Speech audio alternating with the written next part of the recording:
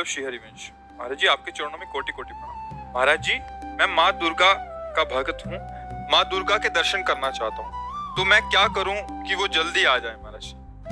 जब बच्चा माँ की गोद में बैठना चाहता है तो सबसे पहला उसका कार्य होता है खिलौने खेलना बंद करता है।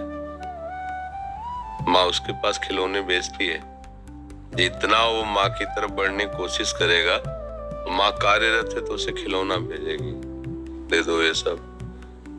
वो अगर उन खिलौने से ना खेले, रोए, तो फिर घर के किसी सदस्य को प्रेरणा करती है, बिटिया उठा ले गोद में थोड़ी देर। वो उससे भी चुप ना हो तब तो दौड़ के आ जाती है।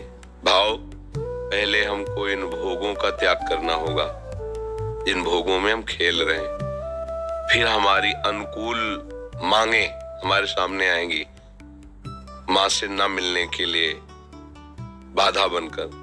हम उन मांगों को भी जो सोचा था, चाहा था, वो मिले पर हम उसे स्वीकार न करें और रोते ही रहें तो फिर माँ नहीं रुक सकती। वो तो वात्सल्य में कुपुत्रो जायते क्वचिदपि कुमातानुवत्। फिर वो आकर के साक्षात, पहले हमारी सामर्थ्य तो होनी चाहिए माँ के दर्शन हो। हमारी माँ कोई प्राकृतिक माँ है क्या? आद्या शक्ति अनंत महामहिम है। वो ऐसी थोड़ी कि प्राकृतिक नेत्रों से ऐसे जैसे अपनी अम्मा को ऐसे देख लेते हैं, ऐसे वो केवल तुम्हारी माँ थोड़ी जगत माता है और वो आद्या शक्ति है, ईश्वरी है। कोई ऐसे थोड़ी कैसे देख लोगे। पहले भोगों का त्याग करो और उनकी शरण में होकर के अंदर से उनके नाम मंत्र, उनके विज्ञ जो महापुरुष जन है उनसे मंत्र लेकर और उनके भावना से भजन करो। माँ का साक्षात्कार रामकृष्ण परमहंस जी ने जबकि सिद्ध हो गए ना, माँ का दर्शन को खिलवाड़ है। फिर कृष्ण और काली में कोई अंतर थोड़ी उन्हें दिखाई दे रहा था, पूरा जगत उन्हें भगवत स्वरूप नजर आए। तो माँ का साक्षात्कार मतलब ब्रह्म साक्षात्कार।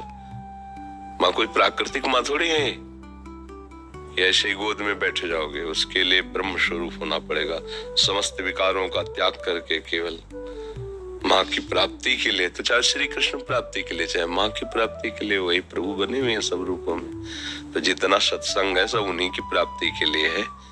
आप पहले तो विकारों से बचिए, ब्रह्मचर्य का पालन कीजिए, खूब नाम जप कीजिए और लक्ष्य बनाइए कि देवी जो सर्वभूतों में व्याप्त शक्ति है, मैं उसका अनुभव करना चाहता हूँ।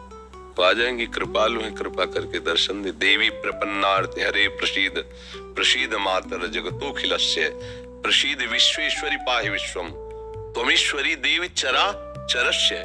हे देवी आप ही चराचर रूप में विराजमान हो। आ गई ना सिद्धांत के सर्वम खलविदम ब्रह्म वासुदेवा सर्वम, आ गया ना।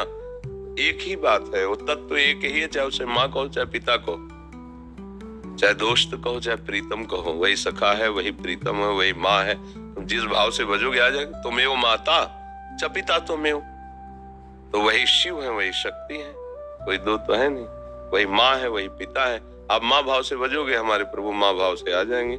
पर उनके आने के लिए जो स्वागत तैयारियां करनी वो हमें करनी होगी। हमारे हृदय में जो अभी कूड़ा करकट वासनाएं हैं हटानी पड़ेगी। खूब नाम जप करे और भाव से चले तो तुम्हारी बुद्धि में ही प्रकाशित हो जाएंगी। या देवी सर्वभूतेषु बुद्धि रूपेण संस्थिता नमस्तस्यै नमस्तस्यै नमस्तस्यै नमो नमः। विराजमान हो जाएंगे बुद्धि में। देख मैं आ गई। उनके प्रचंड तेज को कोई सह सके नहीं। जब तक भजन के द्वारा अंतःकरण निर्मल, उनके प्रचंड तेज को सह सकते हो। वो शिव शक्ति है, अम्बा है, आद्या शक्ति है। और एक अंश में सूर्य विद्यमान, आंख मिला के देखो 12 बजे दोपहर के, और अनंत सूर्यों जैसी कांति माँ भगवती की है। महाबलशाली, त्रिभुवन में कोई पैदा नहीं हुआ कि अपने स्वरूप में आ जाए, उनसे आंख मिला ले कोई। भगवान शंकर भी चरणों में लौट गए नहीं लौट गए। ये बात ध्यान रखना कि ये माँ कोई ऐसी माँ नहीं है प्राकृतिक, ये आद्या शक्ति चिदानंद माँ है। ये ऐसे थोड़ी सी चुनरी और नारियल चढ़ाने से तुम्हारी कामनाओं की तो पूर्ति कर देगी, लेकिन साक्षात्कार होने के लिए फिर अपना अस्तित्व मिटाना होगा, अपने अस्तित्व का बलिदान करना होगा। अस्तित्व का बलिदान, पूर्ण समर्पण और उन्हीं का केवल चिंतन, आ जाएंगे। क्योंकि वही है, दूसरा कोई है नहीं। हमारी दृष्टि में सब एक ही परमात्मा है, उसे किसी भी नाम रूप से आप पूज कर प्राप्त कर लो, वही है, दूसरा कोई है नहीं। समझ गए?